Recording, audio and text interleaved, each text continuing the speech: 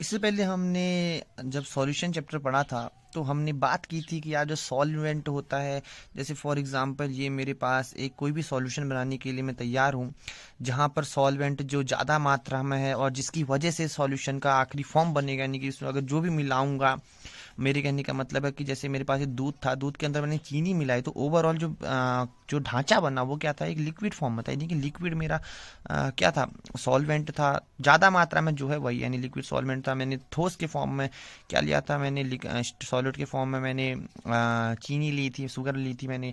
तो मिलाने मिलाने के बाद जो भी मेरे को सॉल्यूशन बना वो ओवरऑल क्या बना, लिक्विड बना, लिक्विड फॉर्म में बना।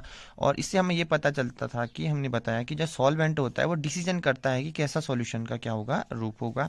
इसी के बारे में हमने ज़्यादा जानकारी प्राप्त की थी। सॉल्वेंट क्या होता है, सॉल्यूट क्या होता है।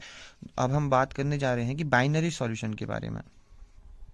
बाइनरी सॉल्यूशन के बारे में, बाइनरी जैसे हमें नाम से ही समझ में आ रहा है, बाइनरी यानी कि जिसमें दो चीज़ें होंगी, यानी दो कंपोनेंट होंगे। ठीक हो गया, दो कंपोनेंट होंगे।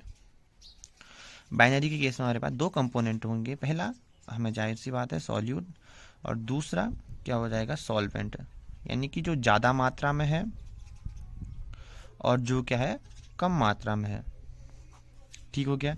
तो हम जानते हैं कि यार हमारे पास तीन तरीके के पदार्थ होते हैं। पहला हो जाएगा हमारे पास सॉलिड, दूसरा हमारे पास हो जाएगा लिक्विड, और तीसरा हमारे पास हो जाएगा गैस। तो हम इसी से हम परम्यूटेशन कॉम्बिनेशन की मदद से हम पूरे देखेंगे कि बाइनरी सॉल्यूशन किस प्रकार से बन सकता है। ठीक है, तो अब हम सीधा इसको बनाते हैं।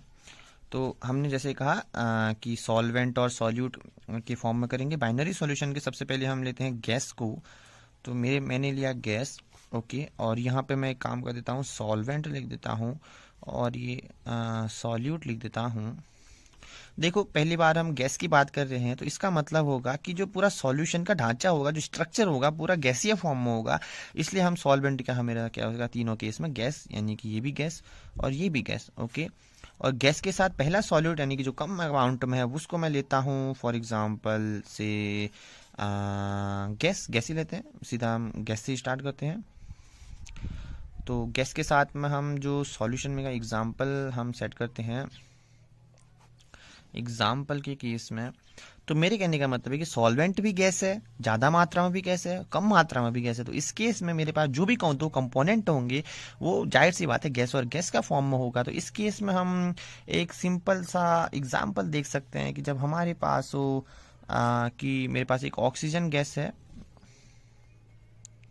उसको अगर मैं मिला रहा हूँ नाइट्रोजन गैस में, तो ये जो बनेगा, ये ओवरऑल कंपाउंड जो बनेगा वो कहलाएगा एग्जाम्पल इसका गैस और गैस का। अब दूसरे केस में मैंने लिया गैस के साथ मैंने लिक्विड ले लिया रैंडमली, मान लो। अब गैस मेरे पास, समझो कि मेरे पास दोबारा से मैंने ऑक्सीजन ले लिया, कि मेरे पास दो कंपोनेंट है।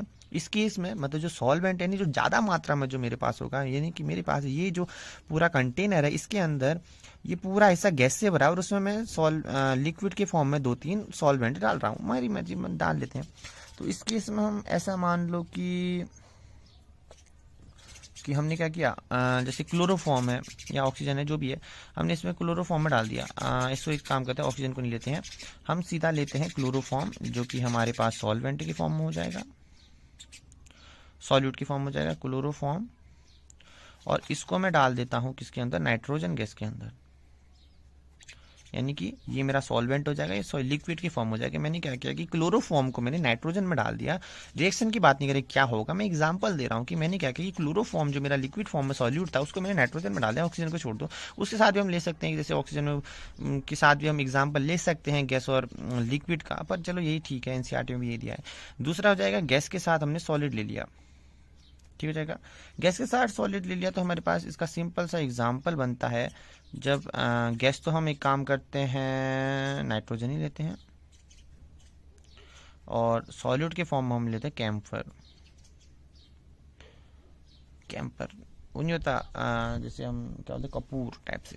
ठीक हो गया। तो ये हमारे पास जब गैस क्या हो, सॉल्वेंट उसके फॉर्म में।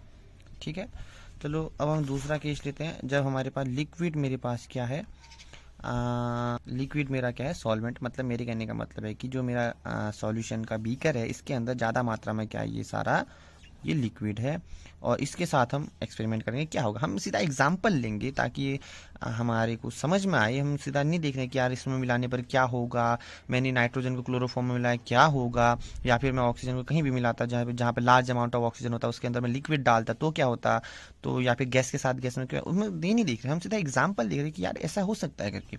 लिक्विड फॉर्म में मैंने दोबारा से सॉल्वेंट लिया, और ये मेरे पास क्या है, सॉल्यूट है।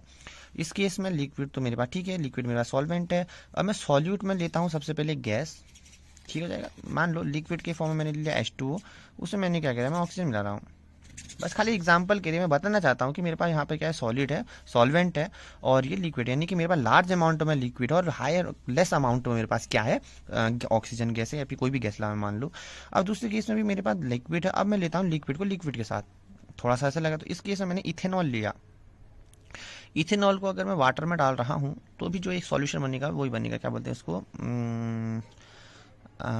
एक ये लिक्विड प्लस लिक्विड का सॉल्वेंट होगा। यानी कि मैंने मान लो कि मैंने H2O को इस केस में सॉल्वेंट ले रखा है और इथेनॉल को सॉल्यूट ले रखा है, या दोनों में से जो मानना है मान लो। जब मैंने इसको ही मान लिया, चलो क्या हो रहा है मानने में, ये सॉल्वेंट हो जाएगा, ये सॉल्यूट हो जाएगा। मैंने 2-4 बोतल इथेनॉल में डाल दी, किसको, वाटर की डाल दी, मेरे मान बस डाल दिया, क्या है समझना है हमको ना कि मेरे पास ये तो लिक्विड था, उसके अंदर मैंने इथेनॉल के अंदर डाल दिया इथेनॉल। ओके, अब मैंने क्या किया, लिक्विड और मैंने क्या लिया, सॉलिड लिया। ओके, अब सॉलिड लिया तो थोड़ा सा देखते हैं हमने इसको क्या करते हैं। ये तो सबसे बड़ा एग्जांपल है, देखो मैंने क्या किया, लिक्विड की फॉर्म में मान लो मैंने वापस से लिक्विड या वाटर मान लो या दूध मान लो। इसका कहने का मतलब है कि सॉल्वेंट में ज़्यादा दूध है, दूध में हमने चीनी डाल दी, यही है। यानी कि लिक्विड मेरे पास सॉल्वेंट के फॉर्म में दूध हो गया, और सॉलिड के फॉर्म में चीनी भी तो सॉलिड होती है, क्रिस्टलीन फॉर्म में नहीं होती चीनी, ठीक है, यानी सुक्रो या सुक्रोज जो भी मानना डाल दो। तो मैंने क्या किया कि चीनी को उसके अंदर में डाल दिया, तो ये भी हम कह सकते हैं कि हमने इसके अंदर क्या किया कि सॉलिड फॉर्म में हमने लिया वाटर, हमने के लिया सॉल्वेंट की फॉर्म में हमने लिया वाटर, और सॉल्यूट के फॉर्म में हमने ले लिया फॉर एग्जांपल NaCl मान लो, ऐसे ही मान लो, हमने नमक भी तो थोड़ा सा वही सॉलिड ही होता है ना, उसको डाल दिया, ठीक हो गया। अब हम बात करते हैं या फिर ऐसा मान लो, या फिर हमने ग्लूकोज मान लो, ग्लूकोज को मैंने पानी में डाल दिया, या सुक्रोज मान लो, चीनी के फॉर्म में चीनी मान लो, हमने वही फॉर्म है कि मतलब लिक्विड मेरा मेन सॉल्वेंट है और उसके अंदर मैंने डालना है सॉलिड को। ओके, ये केस हो गया इसका। अब हम तीसरा केस लेते हैं जब हमारे पास सॉलिड सॉलिड, ये थोड़ा सा मज़ेदार है। मेरे कहने का मतलब है कि मेरे पास सॉल्वेंट भी मेरे पास सॉलिड होगा, और मेरे पास सॉल्यूट भी इस केस में एक ना एक बार सॉल्यूट होगा। और अब हम चेक करने जा रहे हैं कि जब मेरे पास सॉलिड में सॉल्वेंट होगा, मतलब ज़्यादा मात्रा में मेरे पास सॉलिड है, फॉर एग्जांपल ये मेरे पास सॉलिड है, तो इस केस में मैं गैस, लिक्विड और सॉलिड को मैं कैसे इसको जैसे लिक्विड हो जाएगा, ये गैस हो गया और ये सॉलिड हो जाएगा, तो इस केस में इसके साथ क्या रिएक्शन होगा। तो सबसे पहले मैं इसके साथ, जाहिर सी बात है, पहले गैस को ही लेते हैं। जब मैं गैस ले रहा हूँ तो इस केस में हम इसका एग्जाम्पल जो NCERT में भी गिवन है, हम ऐसा कह सकते हैं कि हमने सॉल्वेंट की फॉर्म में ले लिया है क्या नहीं, पैलिडियम, पैलेडम, जो एक एग्जाम्पल में भी दिया है, पैलिडियम NCERT की एग्जाम्पल में भी दिया है पैलिडियम। उसमें अगर मैं हाइड्रोजन गैस को डाल दूं तो जो भी एग्जांपल इसका होगा, ये सॉलिड प्लस गैस का एग्जांपल होगा। अगर मैं इसी में केस में सॉल्वेंट और दोबारा से मैं सॉलिड ले रहा हूं, और इस केस में अब लिक्विड ले रहा हूं, तो हम इसका एग्जांपल किस तरह से हम ऐसे मान लो कि जैसे जी देखो, ये मेरे पास एक सोडियम का क्रिस्टल है, हमने देखा होगा, जो यूट्यूब में भी देखना है क्या होता है सोडियम, उसके अंदर जैसे मर्क्यूरी होती है, मर्क्यूरी लिक्विड फॉर्म होती है, और उसके अंदर डाल दूंगा तो क्या होगा, जो भी रिएक्शन होगी कुछ ना कुछ तो होगा। तो ये जो रिएक्शन होगी इस फॉर्म में क्या है, देखो लिक्विड फॉर्म में सॉलिड है, पर है तो लिक्विड ही, और ये क्या है हमारे पास क्या कहते हैं, सॉलिड है, तो ये बन जाएगा। इस केस में हम सॉल्वेंट किसको ले रहे हैं, हम सॉल्वेंट सोडियम को ले रहे हैं, सोडियम में मैंने डाल दिया किसको, मर्क्यूरी को, तो मर्क्यूरी का अमलगम जैसे मैंने डाल दिया, तो ऐसे मान लो कि मैंने क्या किया कि सोडियम को मैंने मर्क्यूरी का डाल दिया, मर्क्यूरी का अमलगम डाल दिया, ठीक है, अमलगम यानी कि मिश्रण डाल दिया। अब लास्ट मेरे पास सॉलिड है और मैं दूसरा मैं सॉलिड ले रहा हूँ, तो ये थोड़ा सा मस्त केस है। देखो फॉर तुमने गोल्ड देखा होगा, सपोज एग्जांपल गोल्ड है, और इस गोल्ड को अगर मैं कॉपर के साथ मिक्स कर दूं, जो भी बनेगा वो क्या बनेगा, कुछ ना कुछ तो बनेगा। यानी कि जो कॉपर होता है वो डिजोल्व किस में हो जाता है गोल्ड में, यानी कि मेरे पास लार्ज अमाउंट में गोल्ड, उसमें कॉपर डालूंगा तो कॉपर को खा देगा। तो इस केस में जो मेरा एग्जाम्पल बनेगा वो बनेगा गोल्ड मेरे पास सॉल्वेंट की फॉर्म में है और कॉपर मेरे पास सॉल्यूट की फॉर्म में है। तो ये जो बनेगा ये ओवरऑल क्या बन जाएगा, इसका स्ट्रक्चर होगा। तो हमने तीनों केस पढ़ ली। जब गैस गैस हो तो ऑक्सीजन नाइट्रोजन हो जाएगा, गैस लिक्विड की फॉर्म में हमने क्लोरोफॉर्म को नाइट्रोजन में डाला, गैस गैस सॉलिड की फॉर्म में नाइट्रोजन कैम्फर हो गया, या कैम्फर मेरे पास नाइट्रोजन कैम्फर हो जाएगा। लिक्विड गैस के फॉर्म में H2O में हाइड्रोजन मैंने कोई भी मतलब गैस डाल दी। लिक्विड के केस में मैंने इथेनॉल में इथेनॉल डाल दिया, दूध में पानी डाल दिया, एक ही बात है। लिक्विड सॉलिड के फॉर्म में मैंने क्या किया, H2O में ग्लूकोज डाल दिया, चीनी डाल दी, सिंपल सी बात है। वाटर में नमक डाल दिया, नमक पानी का घोल पी लिया। दूसरा है सॉलिड और गैस के फॉर्म में कुछ नहीं, बस पैलेडियम में हाइड्रोजन डाल दिया। और सॉलिड और लिक्विड के फॉर्म में मर्क्यूरी है, उसके अंदर डाल दिया मैंने, सोडियम को मर्क्यूरी के अंदर डाल दिया। और सॉलिड सॉलिड के केस में गोल्ड ने कॉपर को खा दिया। तो ये ओवरऑल इसका एग्जाम्पल है। अब हम अगली वीडियो में हम जो कंसंट्रेशन टर्म्स हैं उसको समझेंगे, जैसे वेट बाय वेट परसेंटेज क्या होता है, weight by volume, volume by volume, इनको हम सॉल्व करेंगे और फिर उसके बाद हम सीधा क्वेश्चन पे धड़ाधड़ क्वेश्चन करेंगे। तब मिलते हैं आपको अगली वीडियो में, तब तक के लिए बाय बाय, देखते रहें।